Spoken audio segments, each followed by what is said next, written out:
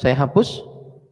Nah, sekarang kita membicarakan apa itu hadas. Ya. Apa itu hadas? Dari tadi kan kalau najis gampang. Najis nanti pada waktunya juga. Hadas itu apa? Pengertiannya, pembagiannya. Taib.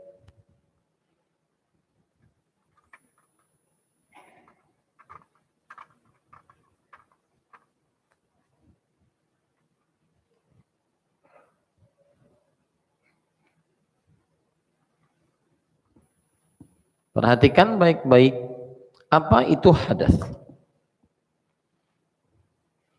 Ya, poin yang pertama, pengertian hadas. Pengertian hadas secara bahasa diambil dari kata hadatsa yahdutsu, yang artinya al-wuqu'u wat tajaddud, kejadian yang terjadi dan baru. Secara bahasa hadas, kejadian yang terjadi dan baru, itu namanya hadas secara bahasa. Adapun hadas secara terminologi syar'i adalah wasfun qa'im bil badan yamna'u minas salati wa nahwiha mimma yushtaratu lahu taharah. Saya ulangi, hadas adalah sifat yang terjadi pada badan. Sifat yang terjadi pada badan, pada tubuh manusia, menahan atau melarang dari sholat dan ibadah yang semisalnya, yang disyaratkan bersuci. Saya ulangi, hadas adalah wasfun qa'im, sifat yang ada pada tubuh dan yang semisalnya dari ibadah-ibadah yang disyaratkan bersuci.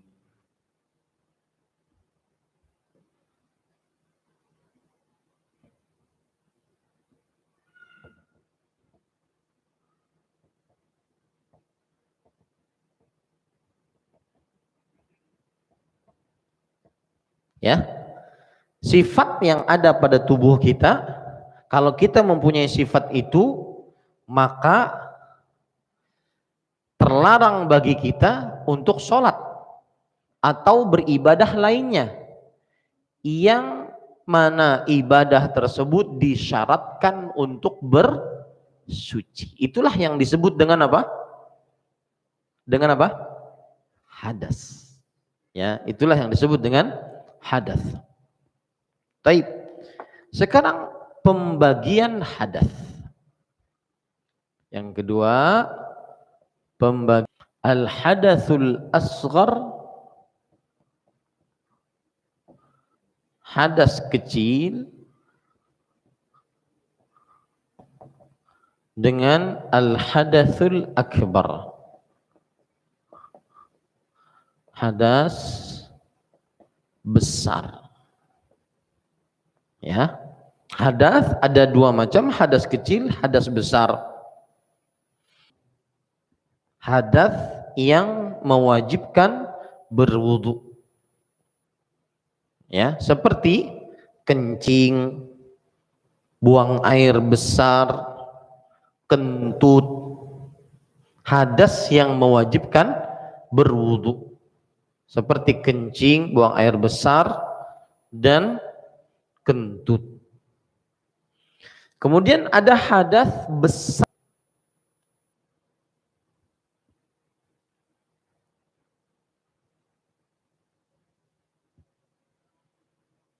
atau haid atau nifas, seperti junub, haid, dan nifas.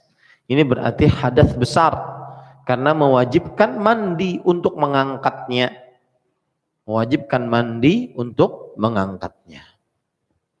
Nah, itu tadi penjelasan tambahan ketika penulis mengatakan kitabut toharoh, kitab bersuci, ya, kitab bersuci. Nah, penulis kemudian berkata, al-miyahul lati yajuzu biha at-tathiru sab'u miyah, ma'ul sama' wa ma'ul bahri wa ma'un nahri wa ma'ul bi'ri wa ma'ul 'ain wa ma'ul thalji wa ma'ul baradi. Yang artinya ini sebagaimana yang sudah kita pelajari dan kita ketahui bahwa Imam Abu Syuja' terkenal matannya dengan pembagian-pembagian dan ringkasan-ringkasan. Kata beliau, air yang diperbolehkan digunakan untuk bersuci ada 7 air. Air yang diperbolehkan digunakan untuk bersuci ada 7 air. Yang pertama yaitu air langit. Nah, air langit. Kalau ditanya para ikhwah, apa dalil bahwa air langit yaitu air hujan boleh digunakan untuk bersuci? Ya. Yaitu surat Al-Anfal ayat 11. Surat Al-Anfal ayat 11.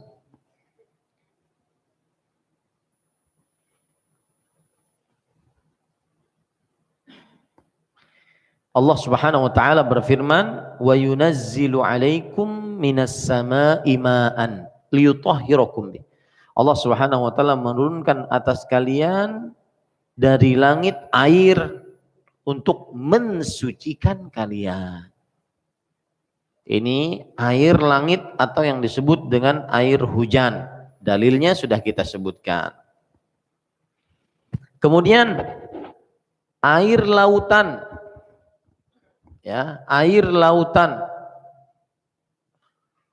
Maka ini juga air yang bisa digunakan untuk bersuci, air yang ada di lautan.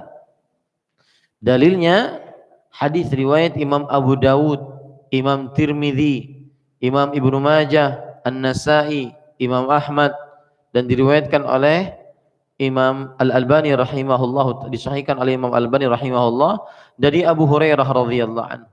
Sa'ala rajulun Rasulullah sallallahu alaihi wasallam faqal ya Rasulullah inna narkabul bahra wa nahmilu ma'ana al-qalila minal ma' fa in tawadda'na bihi 'atishna afanatawadda'u min ma'il bahr. Faqala Rasulullah sallallahu alaihi wasallam huwa at-tahuru ma'hu al-hillu mayyitatuhu.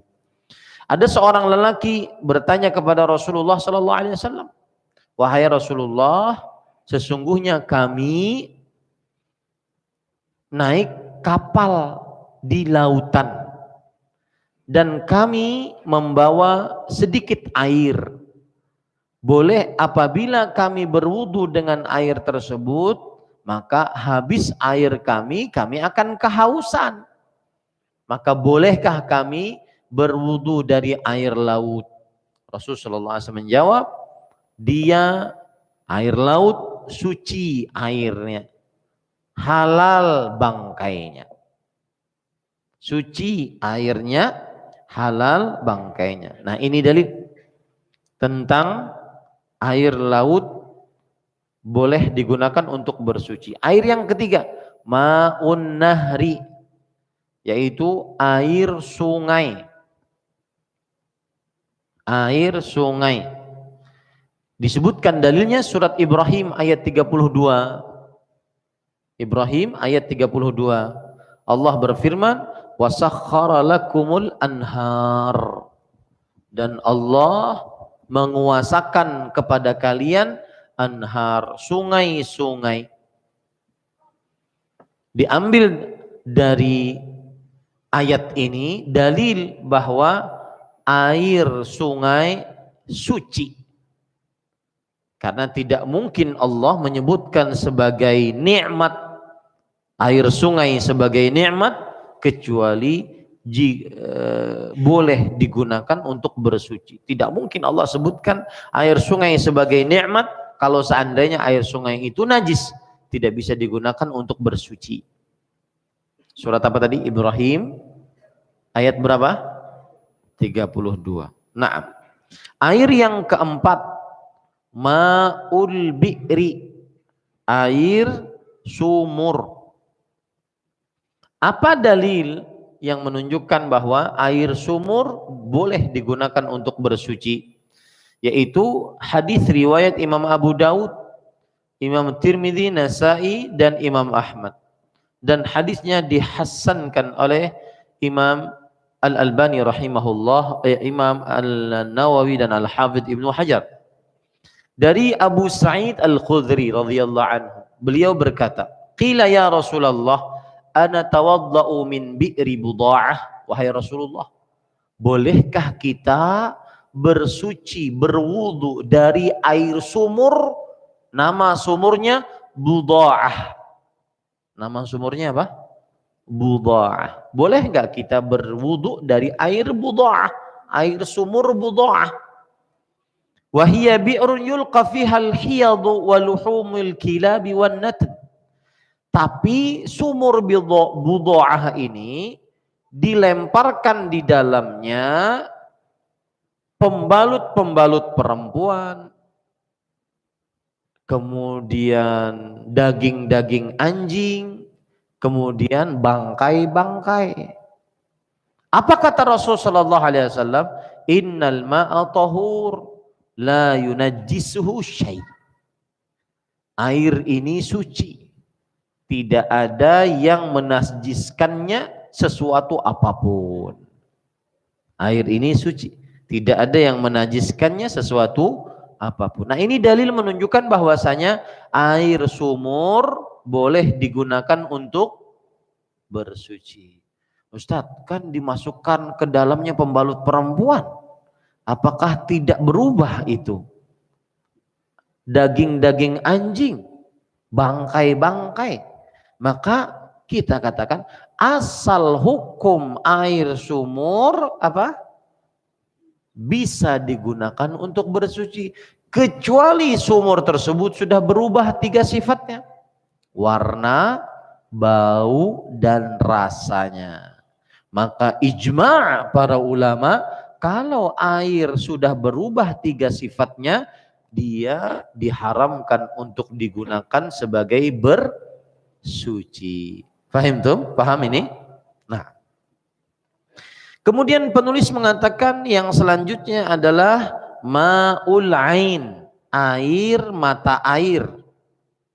Air mata air, dialah air yang keluar dari bumi. Mata air yaitu air yang keluar dari bumi. Apa dalil bahwa air mata air suci? Surat Az-Zumar ayat 21. Allah Subhanahu wa taala berfirman, alam tara anna Allah anzala minas sama'i ma'an fasalakahu yanabi'a fil ard. Yang artinya, apakah kamu tidak memperhatikan Allah Subhanahu wa taala menurunkan air dari langit, maka diaturnya menjadi sumber-sumber air di bumi. Ini menunjukkan bahwa dia suci. Ya, air mata air adalah suci. Kemudian air yang selanjutnya ma'us salji, air es. Air es, ya. Para ikhwah yang dirahmati oleh Allah Subhanahu wa taala, air es tidak ada perbedaan pendapat di antara para ahli fikih. Boleh bersuci dengan air es jika air esnya meleleh. Jika air esnya sudah meleleh. Yang terjadi khilaf di antara para ulama adalah menggunakan es untuk bersuci sebelum meleleh. Nah, itu khilaf. Jadi pian nungkar es batu digunakan untuk bersuci. Kan kedida banyunya tuh. Enggak ada airnya kan? Nah, maka di sini khilafnya. Tapi kalau air esnya sudah meleleh, maka tidak ada khilaf di antara para ulama bahwa boleh digunakan untuk bersuci. Nah, semestinya faedah ini antum catat ya, bahwa tidak ada khilaf di antara para ulama bahwa boleh digunakan air es untuk bersuci jika sudah meleleh.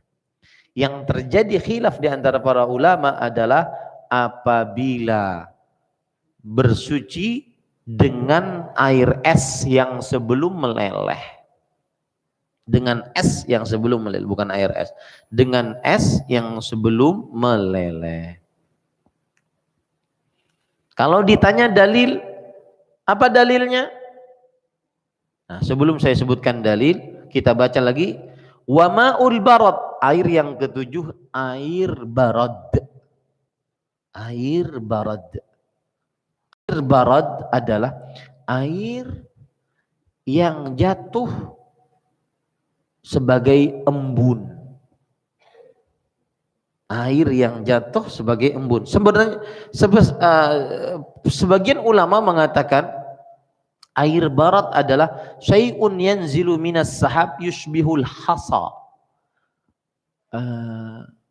Sesuatu yang turun dari awan seperti batu-batuan kerikil. Berarti bukan embun sebenarnya. Apa? Salju. Kalau tadi kan air es, ini salju. Jadi barat itu lebih tepatnya bukan embun, tetapi apa? Salju. Nah, menurut penulis Al-Imam Abu Syuja' rahimahullah, bahwa air salju itu bisa digunakan untuk apa? Bersuci. Ya. Jadi kalau kita tulis bahwa air yang dapat digunakan untuk bersuci ada 7. Yang pertama, air hujan. Yang kedua, air laut. Yang ketiga, air sumur.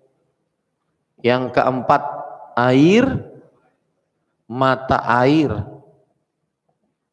Yang kelima, air es. Dengan catatan tadi ada pembicaraan yang tidak ada khilaf di antara mereka sudah meleleh. Adapun yang sudah meleleh, yang belum meleleh, maka terjadi khilaf. Kemudian yang keenam, air apa?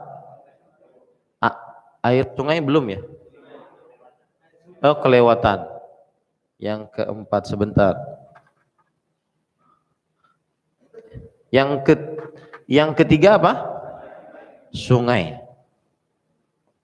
sumur, kemudian air mata air, kemudian air es. Yang ketujuh, salju. Air salju, bahasanya adalah al-bad. Seperti kita membaca doa, ini dalilnya. Seperti kita membaca doa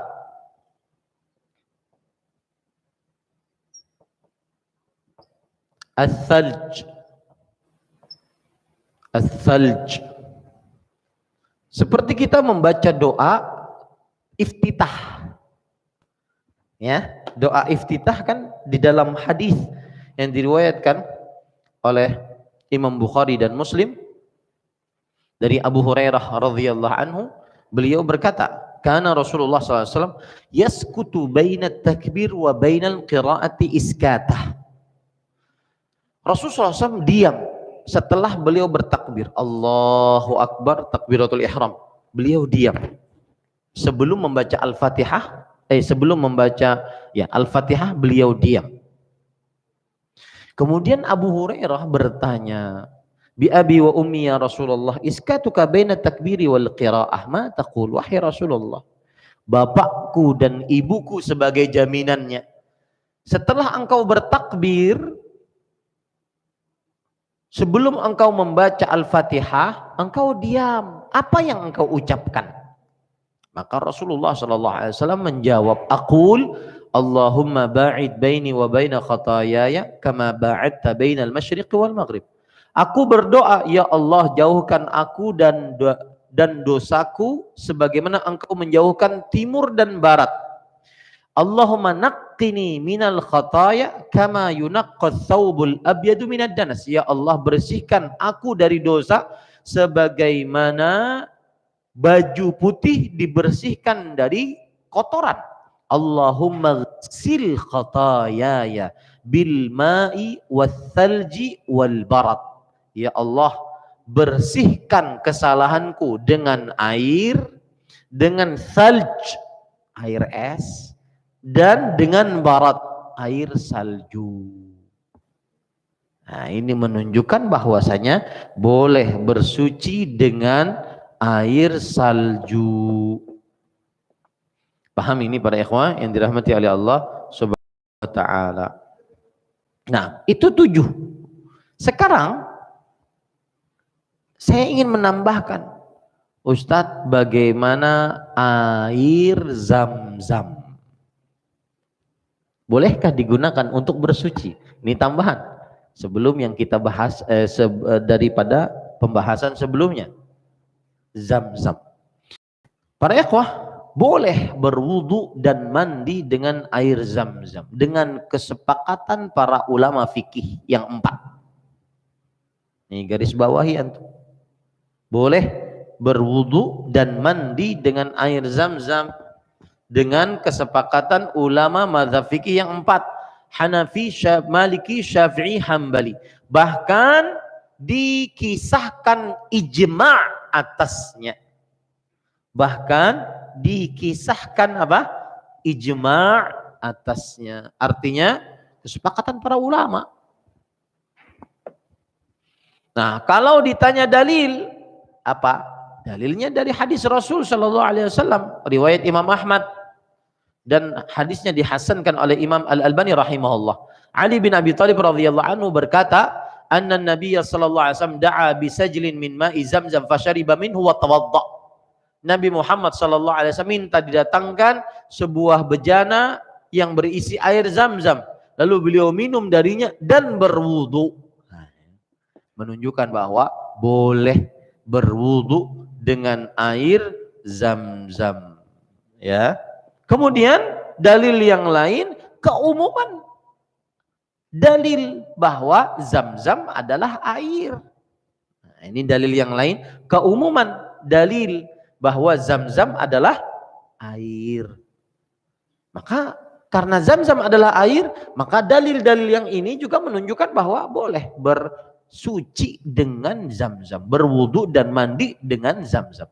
Pertanyaan kedua, bolehkah menghilangkan najis dengan Zamzam?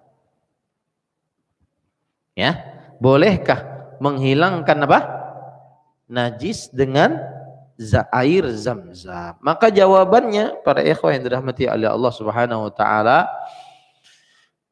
boleh dan sah menghilangkan najis dengan air Zamzam. Boleh dan sah menghilangkan najis dengan air Zamzam. Imam Ibnu Baz rahimahullahu taala berkata, "Fahakadza ma'u Zamzam 'azimun mubarak wa la haraja fil wudu'i minhu wal ightisali minhu wa izalatin najasah. Wa man qala bi karahiyati dzalika minal fuqaha fa qawluhu dha'ifun marjuh." Imam Ibnu Baz rahimahullah mengatakan, maka demikian pula air Zamzam Dia adalah air yang agung, penuh dengan berkah. Tidak mengapa digunakan untuk berwudu dan mandi dan menghilangkan najis. Dan barang siapa dari ahli fikih yang mengatakan makruh menghilangkan najis dengan air zam-zam, maka pendapatnya lemah. Nah, itu dia. Ya, siapa yang mengatakan bahwa dari ahli fikih bahwa menghilangkan najis dengan air zam-zam makruh, maka pendapatnya apa? Lemah. Dan ini disepakati oleh mazhab fikih yang 4, Hanafi, Maliki, Syafi'i, Hambali, bahwa boleh sensah menghilangkan najis dengan air zam-zam. Ini para ikhwan. Kalau ditanya dalil apa? Maka dalilnya tidak ada larangan. Dalilnya tidak ada dalil atas larangan menghilangkan najis dengan air zam-zam. Taib. Dalil yang kedua disebutkan di dalam kitab Al-Iqna' yang ditulis oleh Imam Asy-Syirbini, seorang yang bermadzhab Syafi'i, bahwa Abu Dzar radhiyallahu anhu menghilangkan bekas darah yang keluar yang akibat perlakuan orang-orang kafir Quraisy terhadap beliau saat disiksa, maka beliau hilangkan dengan air zam-zam. Ya, darah yang keluar dari tubuh beliau akibat siksaan dari orang-orang kafir Quraisy, beliau hilangkan dengan air zam-zam. Nah, itu dalil.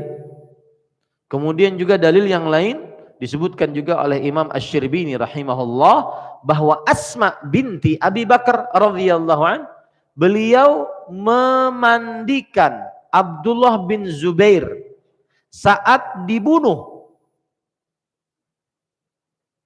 Kemudian terpotong-potong tubuhnya, dimandikan dengan air zam-zam, dihadiri oleh para sahabat dan tidak ada seorang pun yang mengingkarinya. Asma binti Abi Bakar, anaknya Abu Bakar As-Siddiq radhiyallahu anhu, punya anak namanya Abdullah bin Zubair. Abdullah bin Zubair dibunuh oleh Yusuf Al-Hajjaj bin Yusuf Al-Thaqafi.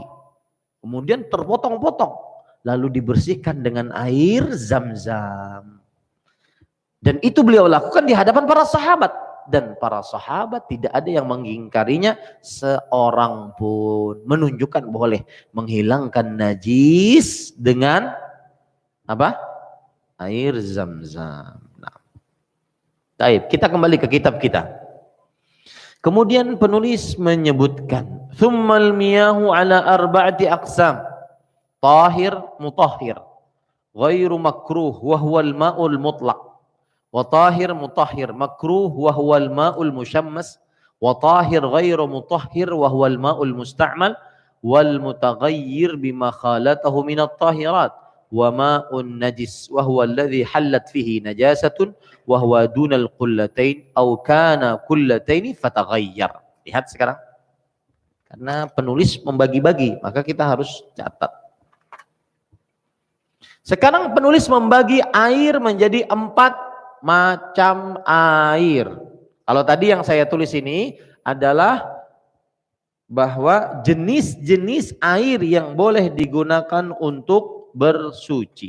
Sekarang pembagian air sebagaimana yang disebutkan oleh penulis, aqsam mulmiyah. Pembagian air menurut penulis ada 4 pembagian. Yang pertama, tahir, mutahhir. Ya. Tahir, afwan. Saya sengaja nulis bahasa Arabnya agar antum tidak salah menulisnya. Kemudian saya juga tulis Latinnya. Nah, kurang apa lagi pian? Ustadz pian ini subhanallah. Mutahhir. Ya. Karena kebanyakan kita ini kan orang ajam, ya. Orang ajam belajar agama melalui bahasa Arab, kebanyakan salah-salah. Contoh, orang Arab menyebut bahasa Arab tuanku putri dengan sayyidati.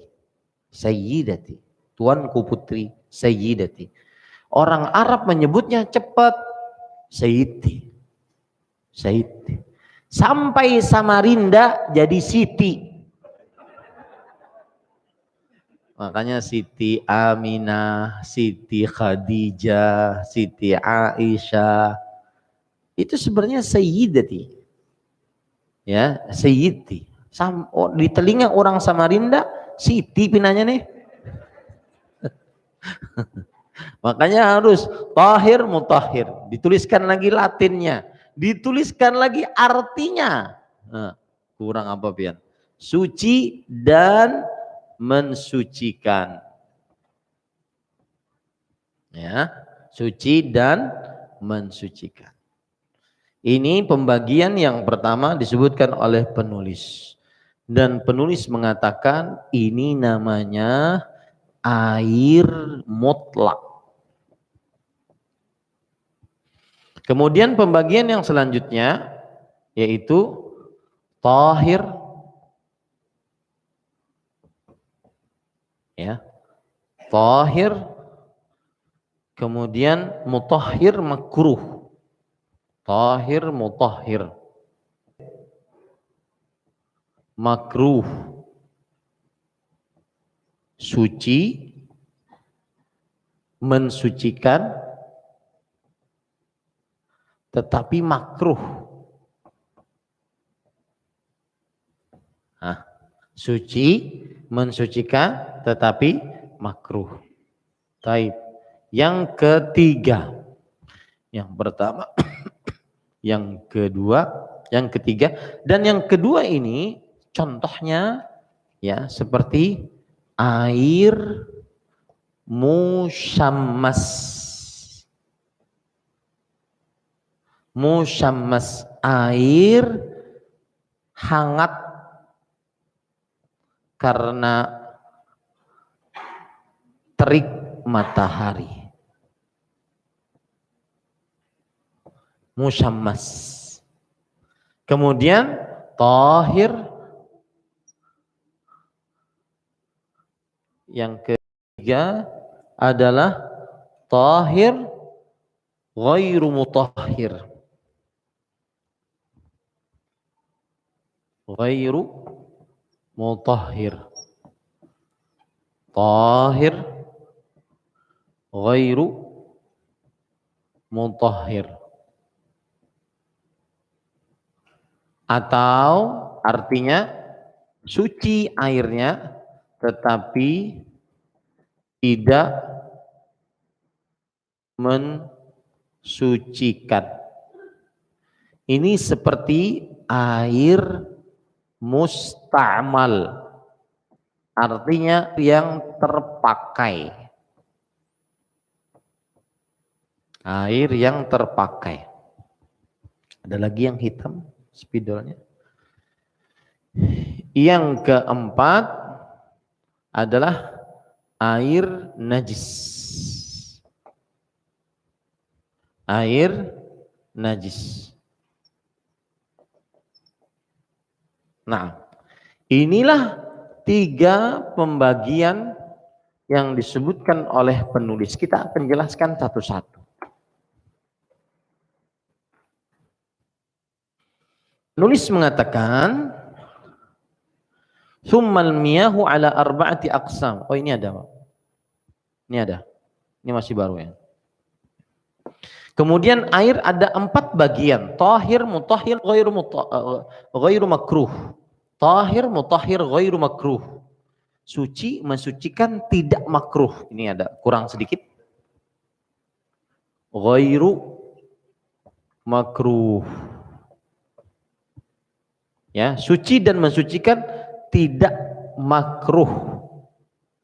Contohnya kata beliau air mutlak. Ya, air mutlak. Nah, air mutlak tadi apa? Yang tadi, yang 7 plus air zam-zam 8. Itu namanya air apa? mutlak. Suci, mensucikan, tidak makruh. Kalau ditanya apa bentuk air mutlak? 8 air tadi. 8 air tadi. Paham ini para ikhwah yang dirahmati oleh Allah Subhanahu wa taala. Taib. Kemudian yang kedua, tahir, mutahhir, makruh. Nah, suci, mensucikan tetapi makruh. Suci, mensucikan tetapi makruh untuk digunakan bersuci. Contohnya air musyammas, air yang panas terkena terik matahari. Biasa itu di derem-derem. Apalagi kalau seandainya tempatnya itu bejana dari besi. Nah, di sini. Sekarang saya sudah menjelaskan. Itulah mazhab Syafi'i. Nah, pendapat ini pendapat yang lemah. Nah, saya katakan tadi kan dalam pembelajaran ini 2 makna, 2 tugas saya. Menjelaskan mazhab Syafi'inya, kemudian kalau ada pendapat mazhab yang lemah maka saya akan sampaikan dan kuatkan mana yang kuat. Paham ini para ikhwah? Contohnya ini, air musyammas. Para ikhwah yang dirahmati oleh Allah Subhanahu wa taala, air musyammas pendapat yang lebih kuat menurut mazhab Syafi'i suci, mensucikan.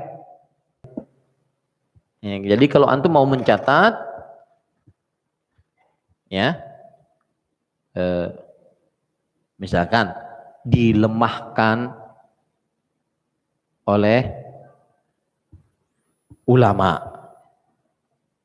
pendapat ini dilemahkan oleh ulama, ya, yang benar adalah suci, mensucikan dan tidak makruh.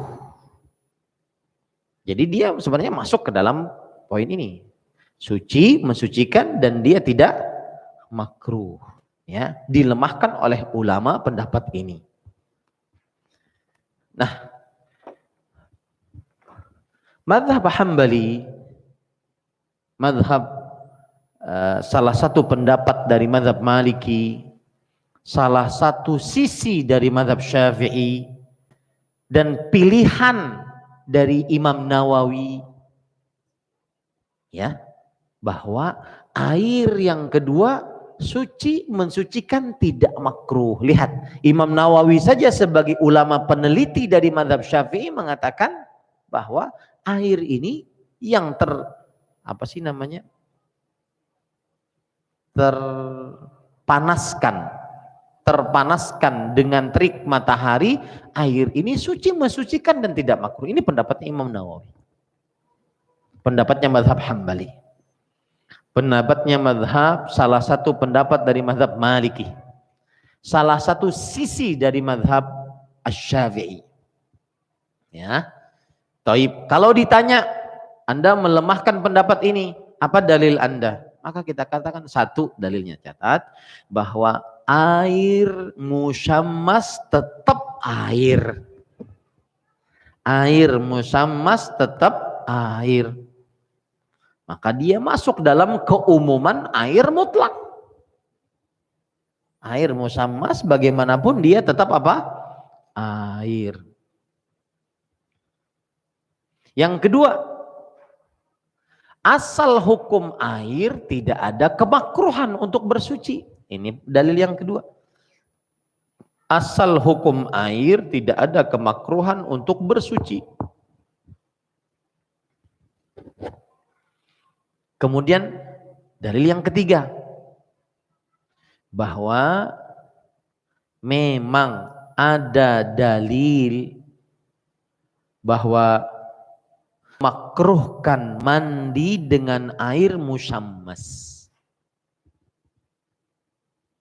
Memang ada dalil bahwa diriwayatkan dari Umar bin Khattab, beliau memakruhkan mandi dengan air musyammas. Beliau berkata, innahu yurithul baras.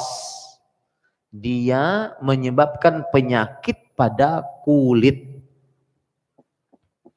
Maka riwayat ini kata Imam Nawawi adalah hadzal hadis dhaif bittifaqil muhadditsin. Hadis ini lemah dengan kesepakatan para ahli hadis. Ini yang mengatakan siapa? Imam Nawawi, yang notabene beliau adalah ulama peneliti dari mazhab Syafi'i. Ya.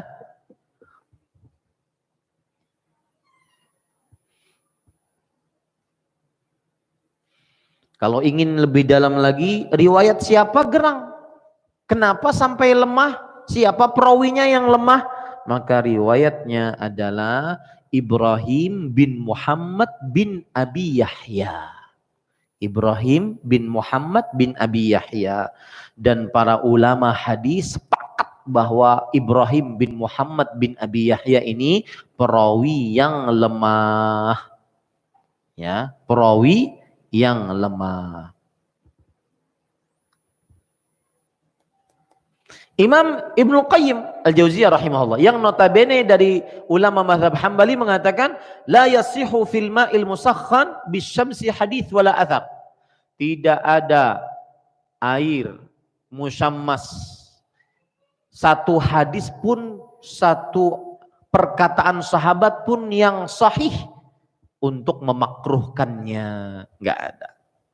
Nah, ini berarti pendapat yang kedua secara mazhab Syafi'i, pendapat yang lemah, dilemahkan oleh para ulama rahimahumullahu taala.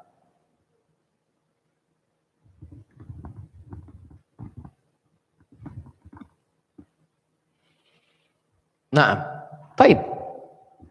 Kalau tadi disebut air musyammas, kita kembangkan masalah. Sekarang bolehkah berwudu dengan air hangat? Kalau di zaman sekarang dihangatkan dengan apa sih namanya? Heater. Dengan heater. Boleh tidak? Terutama di musim dingin. Ini sangat manfaat sekali. Maka jawabannya para ikhwah, boleh bersuci dengan air hangat. Ya, dengan air hangat. Dengan dalil bahwasanya Umar bin Khattab radhiyallahu anhu, diriwayatkan oleh Imam Bukhari, kana yatawaddau bil hamim wa yaghtasilu min. Umar bin Khattab berwudu dengan air hangat. Bahkan di sini disebut dengan hamim. Hamim itu air agak panas.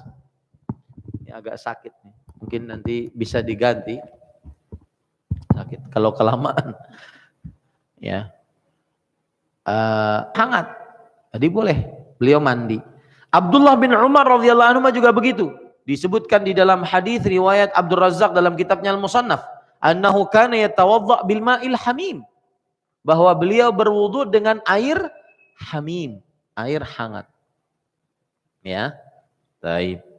Kemudian begitu juga Abdullah bin Abbas radhiyallahu anhu, disebutkan juga dalam kitab Musannaf Abdul Razzaq bahwa beliau berkata, Abdullah bin Abbas, la ba'sa an yaghtasila bil hamim wa yatawadda'u minhu. Tidak mengapa mandi dengan air hangat dan berwudu dengannya.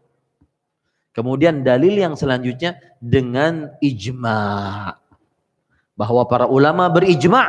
Nah, ini hangat. Ya, seperti itu. Kemudian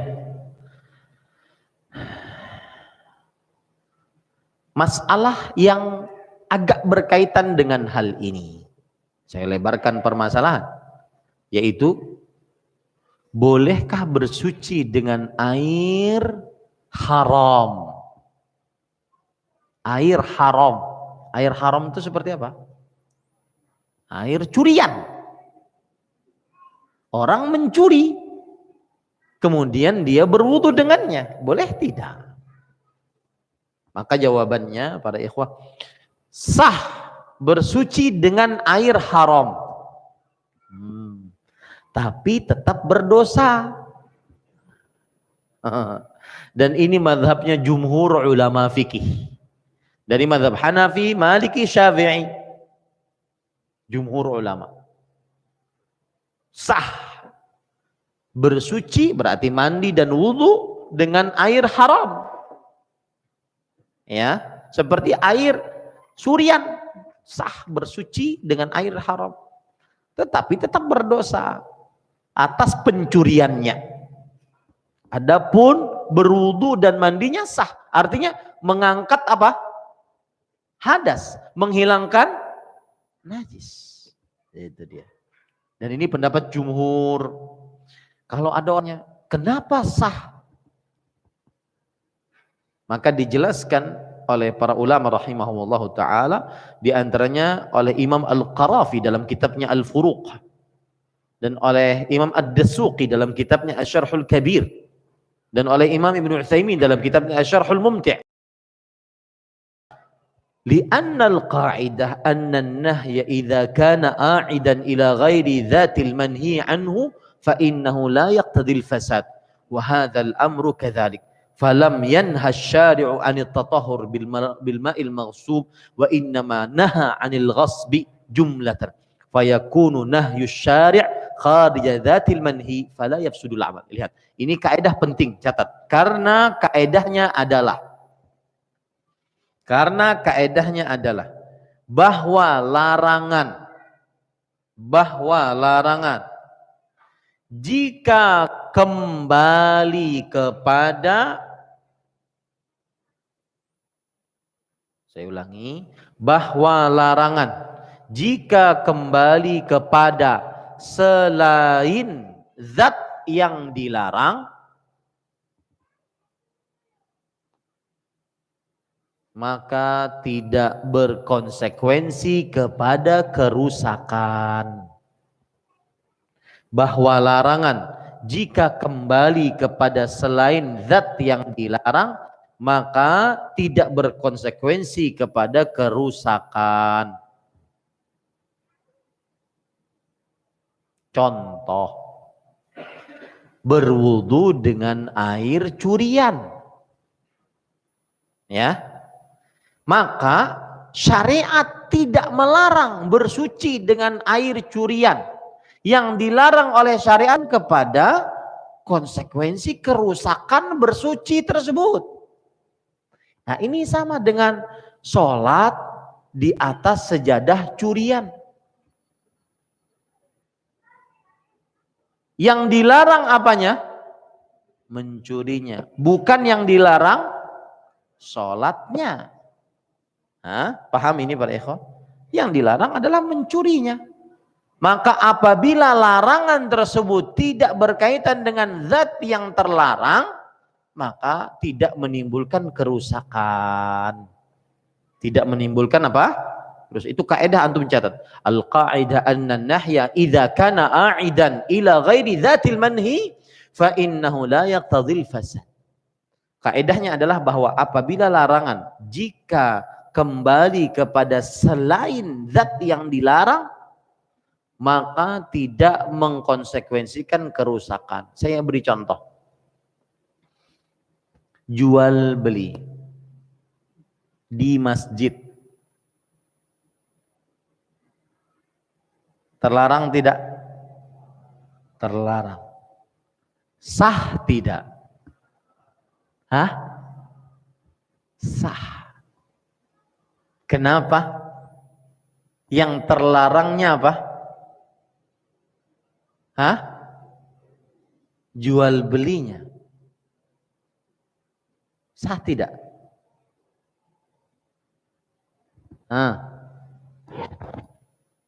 Wallahu alam, saya ini khilaf. Saya lebih condong kepada tidak sah. Kenapa? Karena di sana terdapat larangan jual beli di masjid. Al-aslu fin nahi lit tahrim. Wat tahrim yadullu 'alal fasad. Asal hukum pelarangan menunjukkan kepada keharaman. Keharaman berkonsekuensi kepada kerusakan. Kan Rasulullah SAW mengatakan, man ibta'a fil masjid, barang siapa yang jual beli di masjid, faqulu la arbahallahu tijara, maka doakanlah semoga jual belimu tidak berkah. Larangan berarti kan. Dan larangan menunjukkan kepada keharaman. Berarti haram jual beli di masjid. Timbul pertanyaan sekarang, kalau terjadi juga jual beli, sah atau tidak? Hah? Maka jawabannya adalah wallahu alam, saya lebih condong kepada pendapat tidak sah. Kenapa para ikhwah? Karena dia terlarang. Zatnya itu terlarang. Contoh yang khilaf juga di antara para ulama, la tusallu ilal kubur, jangan kalian sholat menghadap kuburan. Ini berarti larangan untuk sholat menghadap kuburan. Kalau ada juga orang yang sholat menghadap kuburan, sah atau tidak?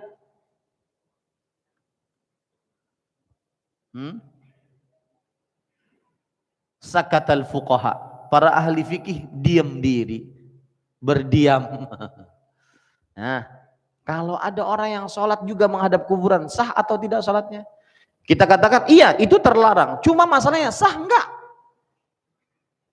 Maka jawabannya khilaf di antara para ulama. Sebagaimana antum bingung sekarang, para ulama pun khilaf. Para ulama aja khilaf, apalagi antum. Maka saya lebih condong kepada pendapat ulama yang mengatakan tidak sah. Kenapa? Karena sholatnya menghadap kuburan terlarang. Terlarang berarti menunjukkan kepada keharaman. Keharaman menunjukkan kepada kerusakan. Paham ya? Beda dengan masalah kita ini. Sholat dengan sejadah. Haji dengan uang korupsi. Sama tuh. Apa? Sah. Kalau dia mengerjakan rukun kewajibannya. Cuma dia berdosa karena korupsinya. Dan dikhawatirkan tidak mabrur. Paham ini para ikhwah? Nah, cukup kiranya. Sudah bingung antum-antum. Ya. Berarti kita sudah sampai kepada poin tohir, mutahhir, makruh. Mensucikan tetapi dia makruh. Contohnya yang disebutkan oleh Abu Syuja' adalah al-ma'ul musyammas. Air musyammas, air panas karena sengatan matahari, terutama apabila pada tempat bejana yang besi ataupun kuningan. Nah,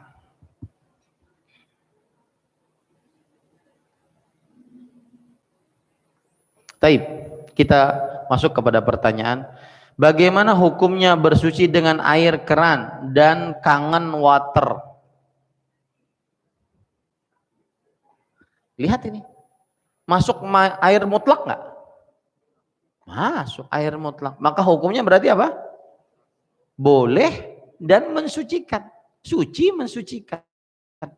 Ada yang mengatakan kangen water apa nih? Strukturnya seperti air zam-zam. Bagaimana pendapatnya? Sudah kita jawab tadi bahwa bersuci dengan air zam-zam apa? Boleh. Tapi saya tidak yakin kangen water itu iklan saja itu. Ya, komersil, marketing ya. Kenapa? Karena air zam-zam tidak bisa disamai. Kalau bisa disamai maka tidak ada nilai air zam-zam. Ya. Kenapa jika ada kabar orang meninggal dunia kebanyakan orang-orang atau masyarakat menyebutnya Al-Fatihah? Apakah dalilnya? Takuni pian orangnya. Ulun kada tahu. Ya, Al-Fatihah. Bukan. Yang benar adalah kalau kita mendengar orang yang meninggal, maka berarti itu musibah yang kita dapatkan. Berarti kita mengucapkan innalillahi wa inna ilaihi raji'un. Rasulullah Allah Subhanahu wa taala berfirman, wa basyiris sabirin alladzina idza asabatuhum musibah qalu inna lillahi wa inna ilaihi raji'un. Berikanlah kabar gembira kepada orang-orang yang sabar, orang-orang yang apabila tertimpa musibah maka mereka mengucapkan innalillahi wa inna ilaihi raji'un. Dan ingat, musibah apapun, bukan hanya sekedar meninggal. Musibah apapun, ucapkanlah innalillahi wa inna ilaihi raji'un. Ada orang mengabarkan kepada saya, Ustaz, teman kita fulan tabrakan. Saya bilang innalillahi wa inna ilaihi raji'un. Sebentar Ustaz, dia belum meninggal. Ya, kenapa emang? Ya. Nah, ini dia. Jadi belum ada dalil membacakan surat Al-Fatihah ketika mendengar orang yang meninggal. Yang ada dalilnya dari Al-Quran adalah membaca innalillahi wa inna ilaihi raji'un. Kemudian mengucapkan Allahumma ajurni fi musibati wal khlif li khairan minha. Ya Allah, berikan aku pahala atas musibahku dan gantikan aku yang lebih baik darinya. Wallahu a'lam. Bolehkah kita berwudu di dalam WC dan bagaimana mengucapkan bismillah dalam hati atau bagaimana?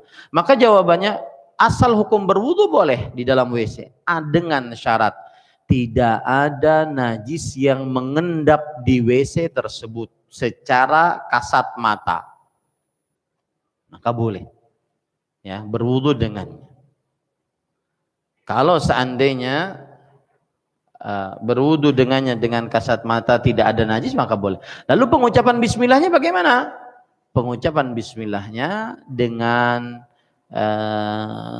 boleh dia ucapkan di dalam kamar mandi tersebut dengan catatan yang dilarang mengucapkan nama Allah adalah saat seseorang duduk di WC-nya pas mahajan. Nah itu yang dilarang.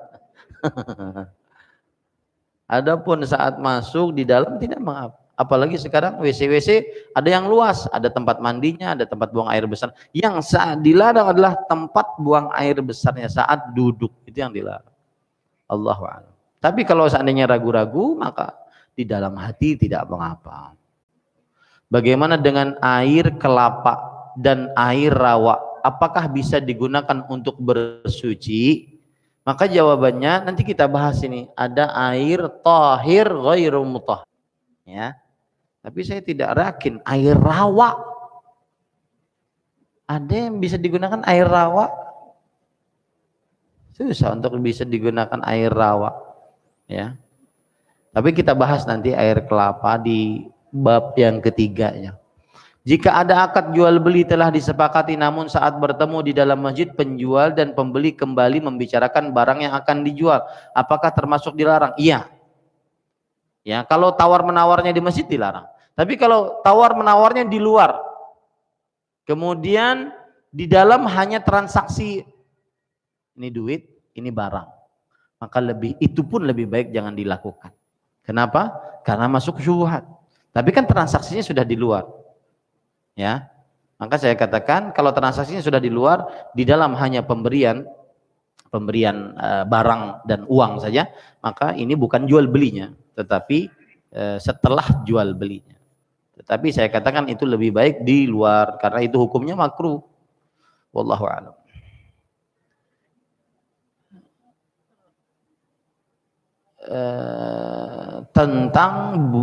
Tentang sholat menghadap kuburan. Di tempat kami ada masjid menghadap kuburan, tapi di antara masjid dan kuburan ada jalan. Ini tidak mengapa. Ini masjid, ini tanah masjid, di sini kuburan, atau di sini kuburan, atau di sini, atau di sini. Yang seperti ini haram sholat di masjid itu.